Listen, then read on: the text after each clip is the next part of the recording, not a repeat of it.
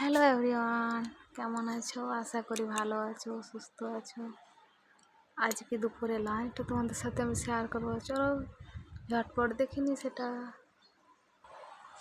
এখানে আছে ভাত, তারপর এখানে আছে মুসুর ডাল কারি পাতা দিয়ে, এখানে আছে কারলা আলু ভাজা,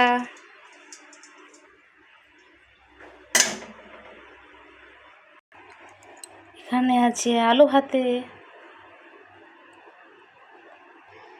আর এখানে আছে চিচিঙ্গা পোস্ত।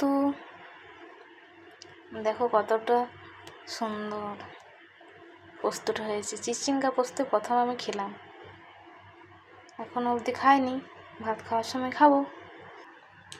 আর এখানে আছে কলমি শাক, বেগুন, আলু, মূলো, বরবটি, টমেটো, পেঁয়াজ এসব দিয়ে একটা সবজি বানিয়েছি। এটা রেসিপিটা জানা ছিল না, কিন্তু এটা জেনেছি একজন কাছের মানুষের কাছ থেকে।